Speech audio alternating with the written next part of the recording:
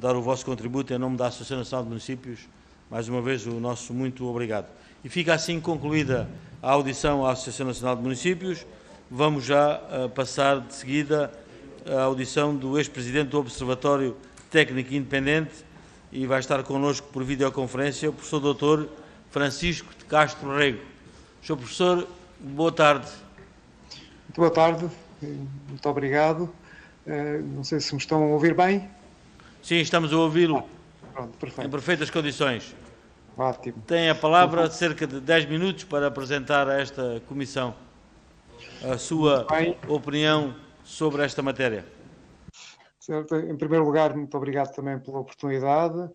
Dizer-vos que, como o Observatório acabou o ano passado, digamos, algumas das questões que eu possa aqui assim veicular e que sejam mais recentes, enfim, não vinculam os outros elementos do Observatório, mas eu iria referir sobretudo as questões que já tinham sido abordadas pelo Observatório em relação a esta questão da carta da perigosidade.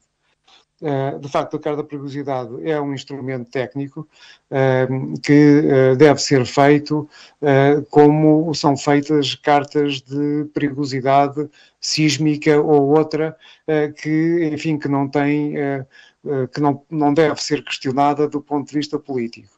Depois, a transposição dessa carta de perigosidade para as suas consequências, através dos decretos-leis, etc., essas sim têm o tal caráter político que eu julgo que tem que ser analisado. Em relação àquilo que é, digamos, a componente técnica desta carta, o Observatório já tinha feito algumas referências a esta matéria, com alguma crítica que não foi, entretanto, digamos, ouvida, mas que continua a ser, julgo eu, muito pertinente e que agora surge um pouco a lume nas piores condições.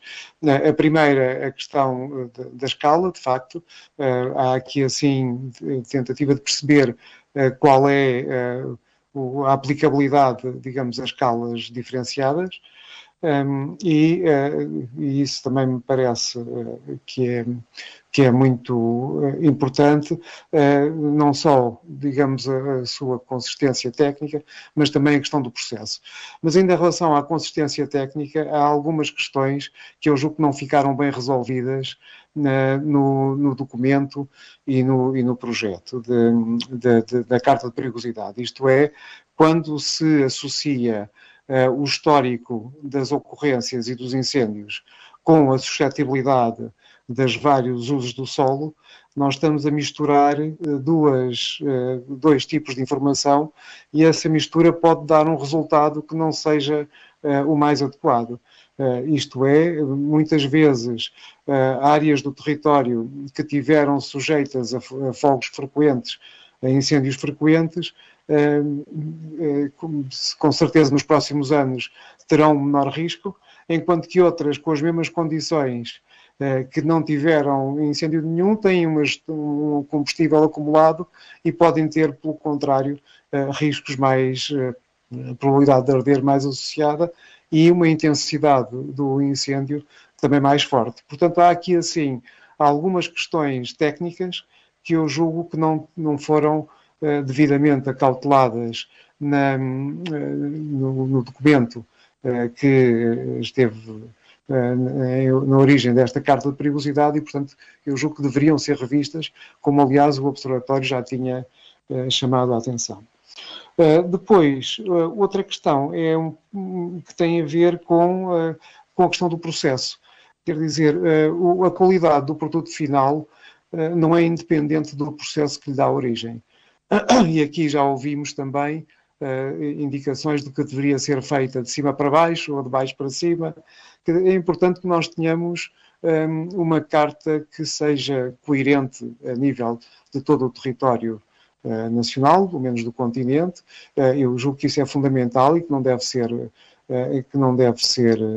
digamos, perdido nesta suspensão ou nesta retoma do processo, mas é fundamental que neste processo de elaboração é evidente que todas as entidades deveriam ter sido deveriam ter sido a seu tempo, digamos, convocadas para os critérios de elaboração.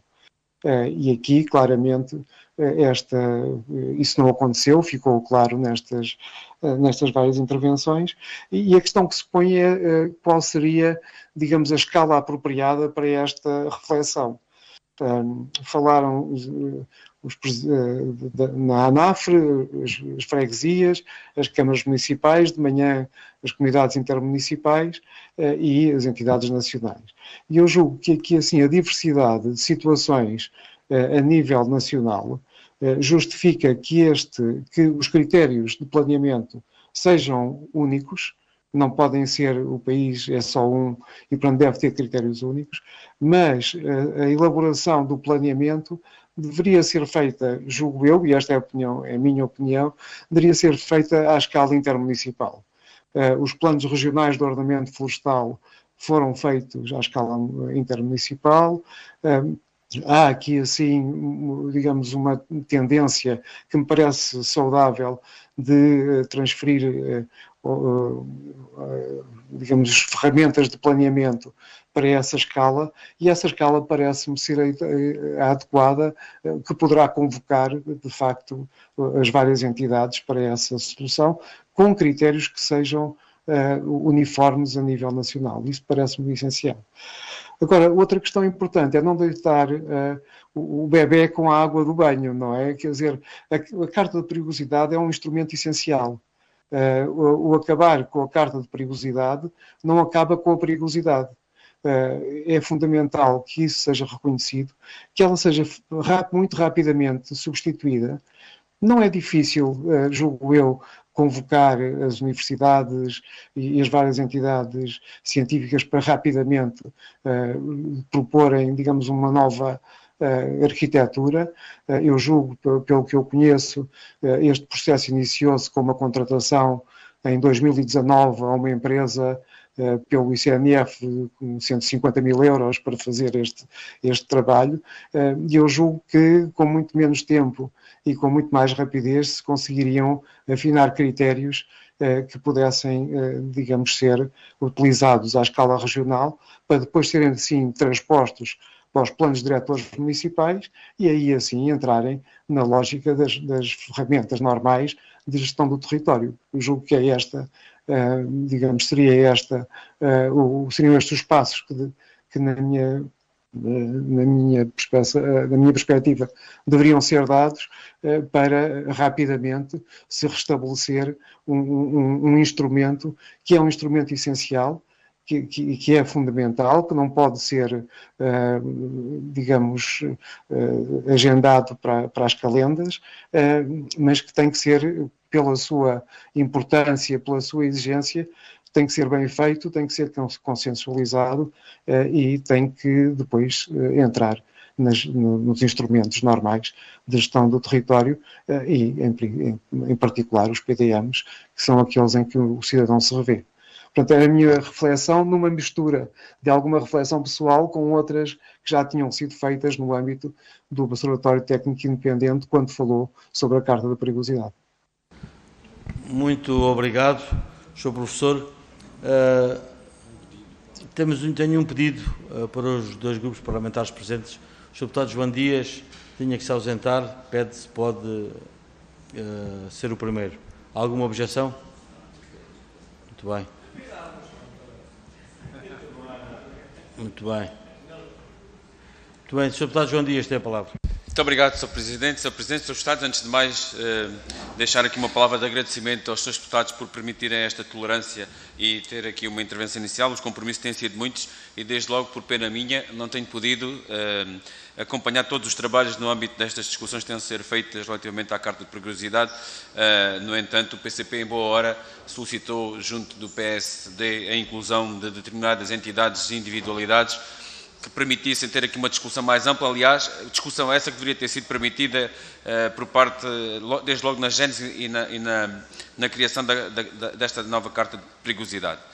Cumprimentar o Sr. Professor Francisco Castro Rego, dizer-lhe que, de facto, recordamos com muita saudade aquilo que foi o trabalho que o Observatório Técnico Independente teve aqui junto da Assembleia da República, com muitas propostas e medidas, com muitos relatórios, que nos permitiu ter um trabalho mais consolidado relativamente àquilo que é o desenvolvimento de propostas por parte dos grupos parlamentares. Um bem-aja, cumprimentar o senhor ex-presidente, neste caso, professor Francisco Castro Rego. De facto, o Sr. Presidente já adiantou aqui várias questões. Uma delas que o PCP quer deixar clara tem a ver com a questão da carta de perigosidade. Não devemos olhar para este instrumento simples e puramente como um instrumento maléfico, mas tendo em si vantagens e que ele permita, acima de tudo, ser um instrumento de desenvolvimento, neste caso do mundo rural e dos territórios do interior, e não encará-lo, ou pelo menos não fazer dele, ou não permitir que ele sirva de um instrumento que prejudique o desenvolvimento económico e social destes territórios. Nesse sentido, a principal questão que aqui está colocada tem a ver com as ocupações previstas ou projetos de desenvolvimento previstos ou potenciais que podem colidir naturalmente com aquilo que é o risco e a perigosidade. Portanto, há aqui uma questão muito quente que tem sido discutida nesta Comissão, tem a ver essencialmente com o ponto 3 do número 1 do artigo 41 do Decreto-Lei 82 de 2021, que é quanto ao condicionamento que é previsto, ao condicionamento, ao incremento em termos de valor nas áreas que estão onde a exposição implique perdas com elevada probabilidade. Ora, aquilo que o PCP tem a dizer é que, de facto, tem também aqui uma apreciação. Alguns dos critérios, nomeadamente a questão que tem a ver com incêndios, nos últimos 5 anos, nós sabemos que um território, após ter ardido, nos próximos 3, 4 anos, como nada, há muito pouco para arder, são 3, 4 anos em que, muito provavelmente, ou o risco e a probabilidade de incêndio é muito reduzida. Ora, isso significa que poderá haver aqui um enviesamento da perigosidade e até mesmo um critério que prejudica outros territórios que, precisamente por ter conseguido evitar incêndios, fica aqui prejudicado relativamente a outros. Mas importa perceber, e as questões que quero deixar muito rapidamente são estas: que elementos, na ótica do professor Francisco Castro Rego, que elementos e características dos territórios deveriam ser considerados e que não foram? Que outros elementos poderiam valorizar, permitindo, sim, que esta carta seja um instrumento benigno, positivo, identificando, de facto, isto é uma carta de risco de incêndio, no fundo, uma cartografia da probabilidade de incêndio, mas que sirva as populações, que sirva o desenvolvimento. E então, que elementos, que critérios deveriam ter sido considerados e que não estão? E depois, que implicações pode isto ter para as populações, nomeadamente para os territórios envolvidos nesta carta de perigosidade, na carta de perigosidade está definida, mas que esses elementos podem ter implicações para os territórios, no sentido positivo ou negativo, porque aquilo que está colocado é que o fator principal que é potenciador dos incêndios, que é o abandono rural, que é a desertificação. E nós não podemos correr o risco de considerar esse elemento como um elemento positivo para a diminuição do risco, ou seja, querendo transmitir que a carta de perigosidade se diga abandone-se os territórios de alto risco e isso ser um fator positivo. Não. Nós sabemos que os incêndios previnem-se com gente nos territórios, com mais gente nos territórios. E é nesse sentido que nós não podemos correr o risco de colocar o fator ocupação do território como sendo um fator de pesar, mas sim como um fator de valorizar. E nesse sentido, perguntar também se considera ou não que este elemento é um elemento positivo e como é que ele pode ser valorizado em termos de uma carta de perigosidade. Muito obrigado e agradecer a compreensão mais uma vez. Obrigado, Sr. Deputado. Grupo Parlamentar do PSD. Muito obrigado, Sr. Presidente.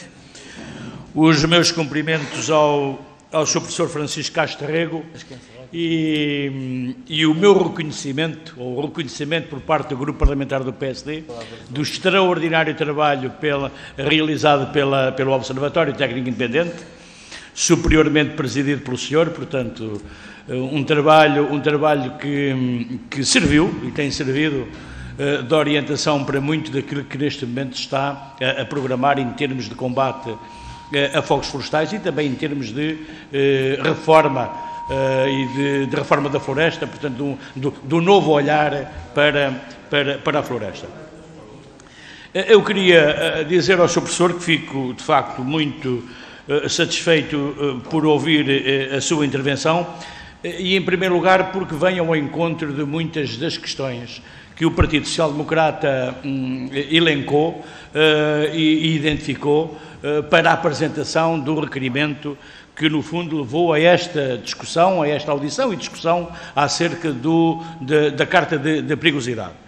Naturalmente, tem a ver com questões mais técnicas, como disse o senhor, relativamente à escala, à sua adequação aos planos diretores municipais. Portanto, sabemos que seria um instrumento de gestão territorial que iria para as cartas de condicionantes dos planos diretores municipais, mas sabemos das dificuldades que a escala em que está feita, portanto, implica, portanto, para essa transposição. E também foi nossa preocupação sempre falar do processo. E foi talvez esse o motivo principal que levou a que o PSD tomasse esta atitude e com certeza que o Partido Socialista também, felizmente, concordamos e estamos de acordo de que é necessário dar as mãos e trabalhar no sentido de dotar o nosso país de um instrumento de gestão e de proteção como deve ser e feito, portanto, com todas as regras, não é? E como deveria ter sido. E o processo foi logo, digamos, inquinado de início, como já dissemos sobejamente, por não terem sido ouvidas as entidades que deviam ter sido, nomeadamente os municípios, portanto a Associação Nacional de Municípios, a ANAF, as CIMES, as organizações de produtores florestais, as organizações agrícolas, que teriam com certeza muito a dizer sobre esta Carta de Perigosidade, porque implica diretamente ou com a sua atividade, ou implica diretamente, portanto, com o desenvolvimento social e económico dos municípios, com a sua atratividade para, portanto, a captação de investimento produtivo que gera riqueza, que gera emprego e que assim possibilite a fixação das populações, que, portanto, permita estancar esse cancro territorial, chamemos assim, que é o despovoamento. E, de facto, esta Carta da Perigosidade foi feita ao arrepio, portanto, de todas estas preocupações. O Partido Social Democrata reconhece e comunga das palavras do Sr. Professor ao dizer que a Carta de Perigosidade é necessária. Nós temos que ter, de facto, este instrumento de gestão e nunca o negamos.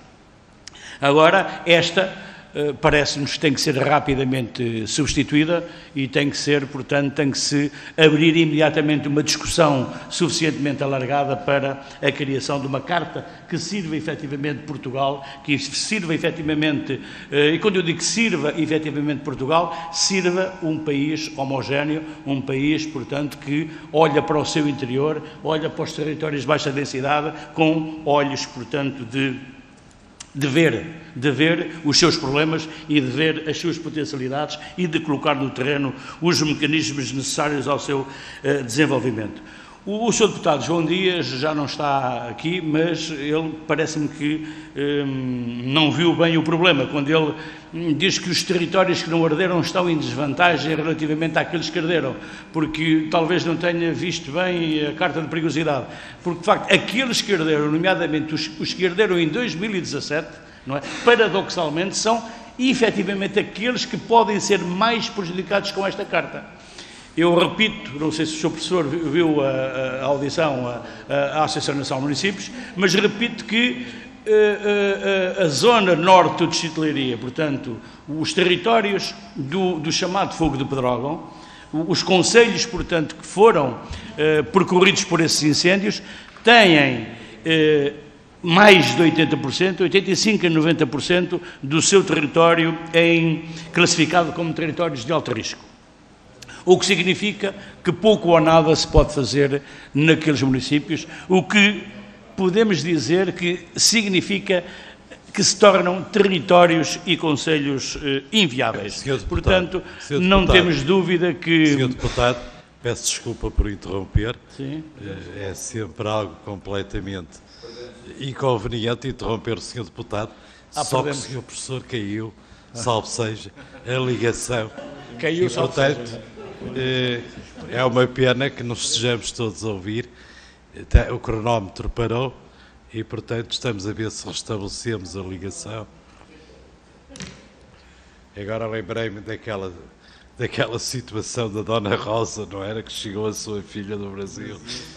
Também era para fazer uma ligação, não é?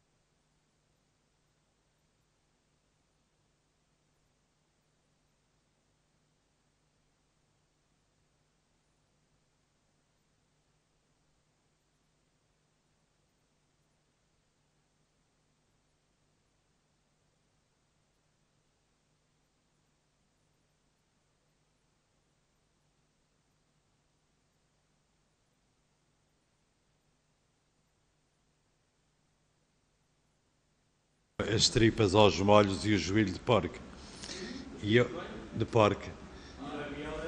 E eu, uma vez, num teste de direito fiscal, a propósito dos prémios dos jogos e dos concursos,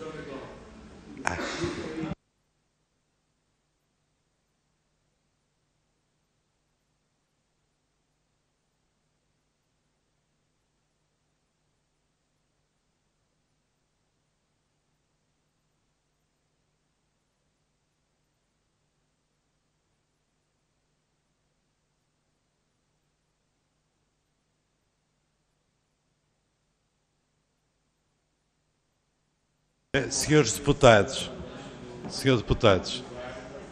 lamento, não foi a Dona Rosa que chegou do Brasil, mas tenho uma comunicação a fazer. É que o Sr. Professor Francisco Castro Rego está em Bragança, numa zona sem hipóteses de ter rede, e, portanto, fica por aqui a audição. Com grande pena nossa, que estávamos preparados para estarmos aqui até à noite, mas pronto, agradecer a todos e bom fim de semana.